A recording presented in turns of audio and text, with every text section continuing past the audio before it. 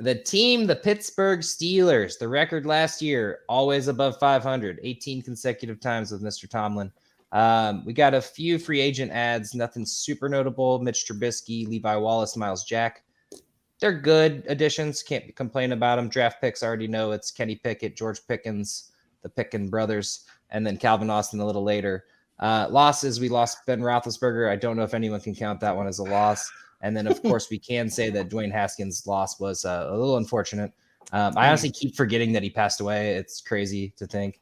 And then a couple losses to the receivers, James Washington and Juju, Cowboys and Chiefs, respectively. So the wide receiver. Sorry to butt in, but we did have Stephon Tuitt retired today. Like that just happened. That was their starting defensive end. Okay, that's my bad. I actually that was kind of a huge little moment that happened just today. So yeah.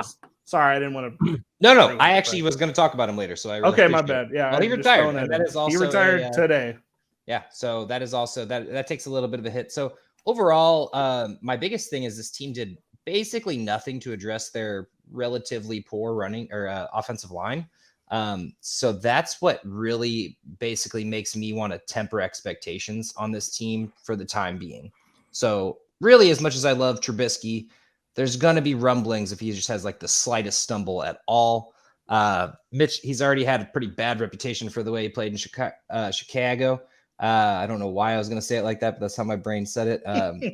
And there's little to no help on that team. So I don't think Trubisky's bad, but he also hasn't done anything yet. I mean, he had an okay year, Joe. Correct me if I'm wrong there.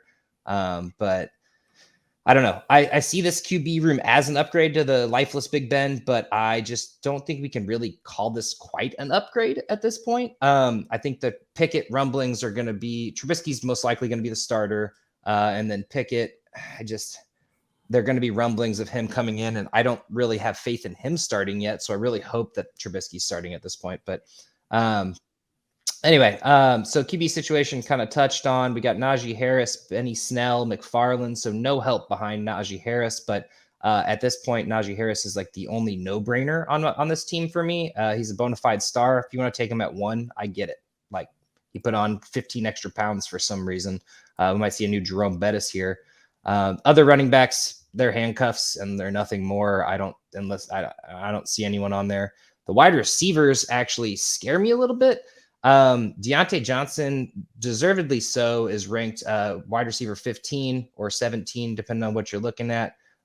Claypool is ranked a lot lower, and I think he dropped like 30 points from last year. But my thing about Diontae Johnson is I personally love him as a player, but I just don't think I don't think I'm going to have him on many of my teams this year because of where he's at. There's a lot of wide receivers there, and Trubisky and Pickett throwing the ball around. I'm not super excited. I think it's a good gamble. If he slips down ADP about 5 picks, I think I'd be pretty excited about him. But as for kind of some sleepers, Chase Claypool and Pickens are both wide receiver 43 and 68, respectively, Claypool and Pickens. And those two I like for my team because I don't have to pay much for them. And I don't even like Claypool personally. I want to get that out of the way. But I just like them because they're low ADP. Pickens, obvious, a rookie. He's probably going to boost up once the draft comes around. And then our boy tight end, Pat Freiermuth, is another no-brainer, I guess, in a way. He's actually tight end 11, which is wild for a guy who just got out of the shadow of Eric Ebron. But Freiermuth, in my opinion, I'm not saying he's going to be. I'm saying he could be a top 5 tight end, especially with what the targets that Juju and James Robinson leave behind. I don't expect Claypool and Pickens to take all of them. And I think Freiermuth, I don't really think there's a backup tight end on the team. So anything about the offense, guys? Jordan? I've said something about Chase Claypool on my last episode, but I just think that they think that he took a step back, but I mean, he basically had identical seasons minus the touchdowns. And I think we all know that 9 touchdowns on 62 receptions as a rookie was an outlier. So I don't think he really took a step back this last year, personally. So I just think that if you were high on Claypool coming out of 2020, you should still be high on Claypool in 2021. That's my only commentary. I think Diontae Johnson's awesome, but Big Ben's not there anymore. And as a Steelers fan, I know what Big Ben does, and he just finds his guy and he gives him 169 targets. Yeah. You know what I'm saying? I don't think Mitchell Trubisky is going to go out there and give him 169 targets. And I don't know anything about Kenny Pickett. So long term, I think they're both very talented receivers. Short term, I'm drafting Claypool because he's dirt cheap. I'm not drafting Diontae Johnson. He is extremely high, even on underdog. I'll just take Claypool in his 800 or 900 yards and his 6 or 7 touchdowns, as my wide receiver 5 or 6. And I share your sentiment there because, Josh, sorry to interrupt, but Trubisky, he's a good quarterback, but the reason Big Ben was effective, especially with Diontae Johnson last year, was just how fast he got the ball out. I mean, he knew where he was going right away with it. Trubisky is not that guy. So if they didn't improve the line at all, which they may have a little bit, they added some guys, but Trubisky's going to struggle. And Diontae Johnson, being 5'8" is not going to do him any justice there. I think Claypool is your guy here for Trubisky, and I think Freiermuth is your guy for Trubisky. I think Freiermuth is going to have a huge year. Mitch Trubisky loved his tight ends. Jimmy Graham, I think, was a top 10 tight end Trubisky's last year in Chicago. So definitely something to keep an eye on with Freiermuth and the talents there. So I'm really high on Freiermuth this year. I think what will help, and I'll let Billy get to this because I know he's probably got something to say, but Claypool and Freiermuth are basically just going to be that blanket for him because Claypool is a big dude. Freiermuth, we know, is a big guy.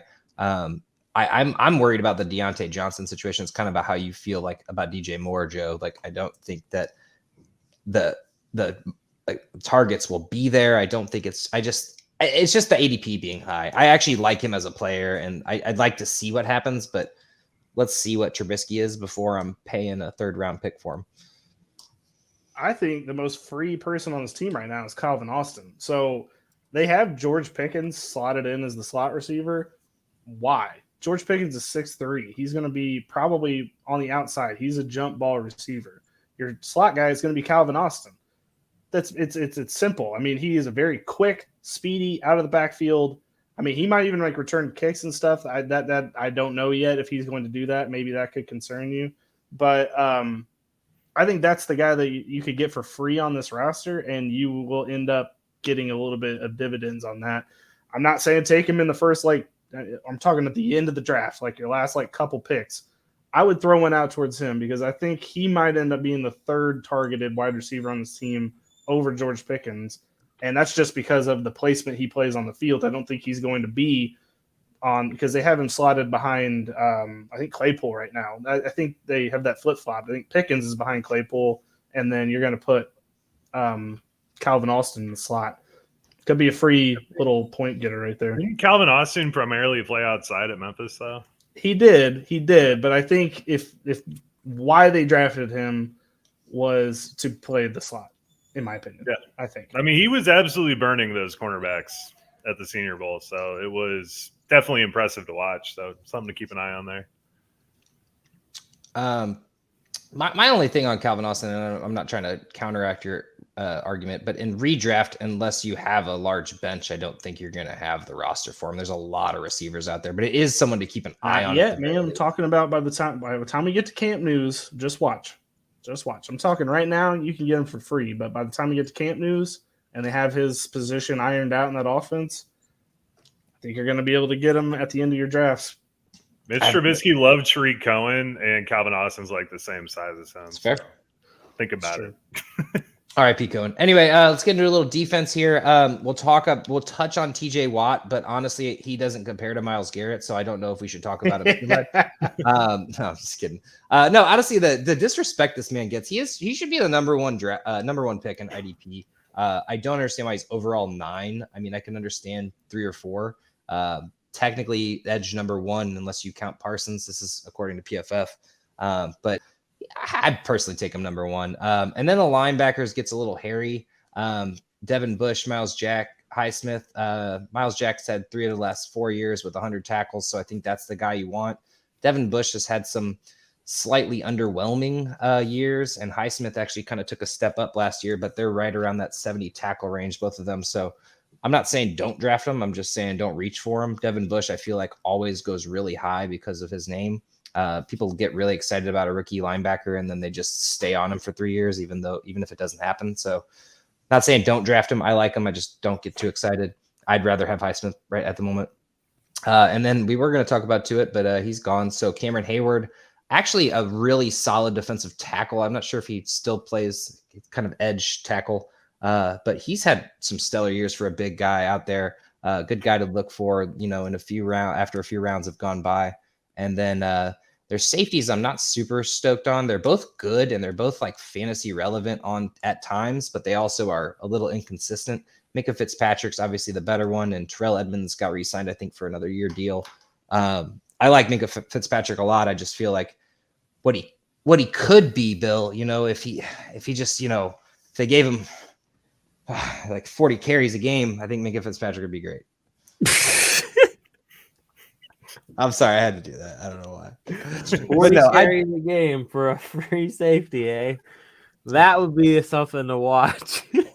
He's a very athletic player. I just feel like it's one of those names that gets overhyped because of his name. It's like people drafting Richard Sherman because his name's Richard Sherman and he's the best corner in the league. Nick Chubb sometimes too. So, man, we're not going to have any podcast listeners after this episode. Like some of the takes we've been firing off in here have just been absolutely I didn't think that bad. What are you talking about? I don't care. I suffered through the Brown season last year. Believe me, I've watched plenty of Nick Chubb. Yeah. I'll quickly. I mean, you guys don't need to hear it from me. All Steelers defensive players are in play for weekly starters. Literally the number one defensive line player last year in 2021 was TJ Watt. The number 2 defensive line player last year was Cameron Heyward. All right. I don't know if a lot of people realize that. 3 was Aaron Donald, and then 4 was Nick Bosa. 5 was Myles Garrett. So you have 2 Steelers defensive line players finishing 1 and 2 overall. That is not the first time they have both finished top 12 either. So you already know that. The linebackers, Devin Bush, I talked about him in the last show. It is it's a buy low or sell low, and it's really up to you because it's not really something you want to have on your team, I don't really think, if you have him. So that's kind of where I think a lot of people are with him, and I'm fine with that. I don't think we're going to get the upside we thought we would get with him when it was like him and Devin White were kind of in that same conversation. Well, in your opinion, real quick, who's taking Stephon Tuitt's spot? Is it going to be Loudermilk? Is it going to be the new kid, Marvin Leal? I hope it's Loudermilk too. Is pretty good. I will buy a Loudermilk jersey if he had some big games last year. The thing is, the Steelers' defensive line is pretty deep too. Like, there's a couple other guys on the team that can come out there and play. But I think Loudermilk's the one who's kind of earned that right. Didn't they draft Cameron Heyward's brother too? His younger brother. Way to throw that one out. We don't know. I think they did. They did.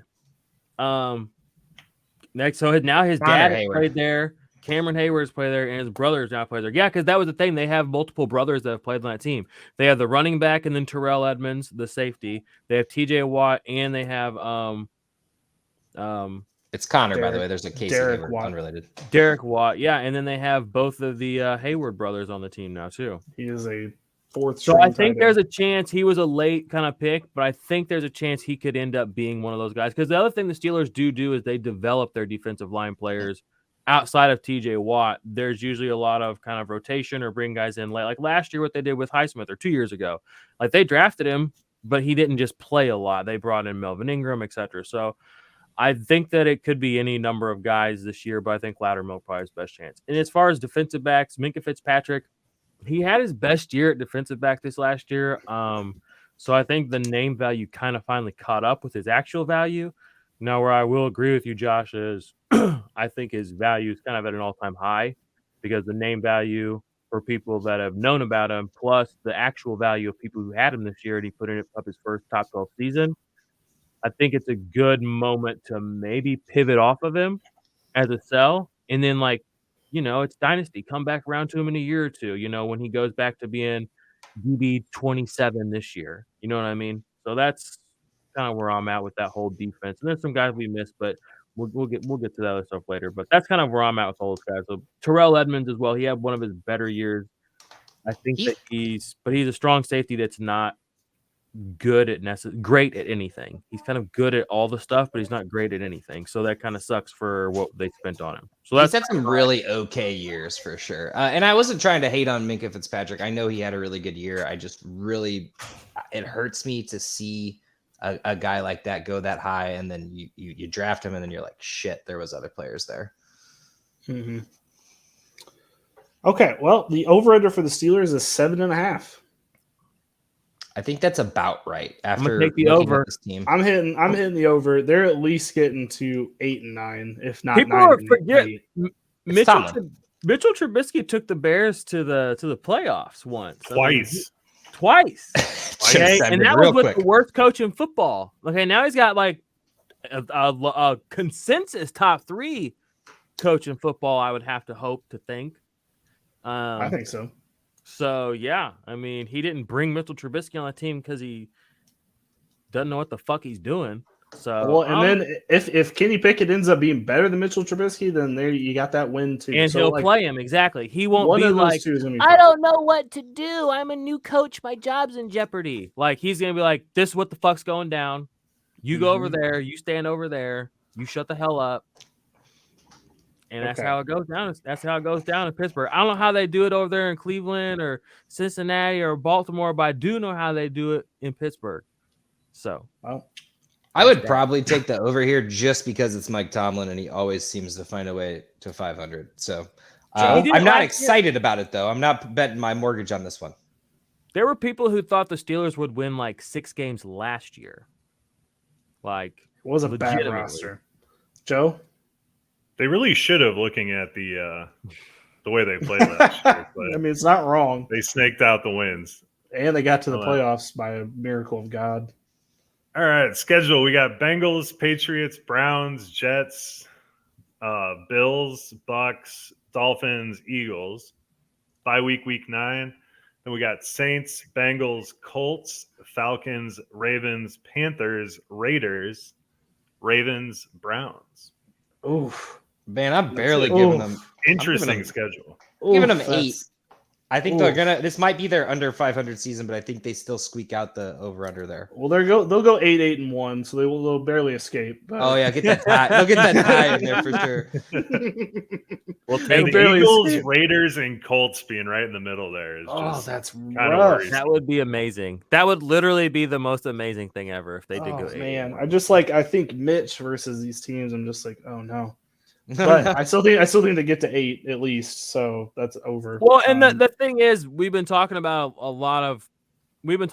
Steelers, but honestly, I mean, their offensive identity is going to be the run. You know what I mean? Like they took Najee in the first round last year, and they gave him that work this last year, and guess what? They did win their fucking games this last year. my Even with RB2 all this the stuff season. that didn't work out. So I think we kind of buried the lead in with them. Like they have a good running back. I think that they're going to squeak out a lot of close wins, but I think that they're going to rely on the running game pretty heavily. I didn't At least bury the lead. I just didn't think that I needed to talk about Najee Harris for half an hour. I figured that everybody knew that he was very good. Go draft him.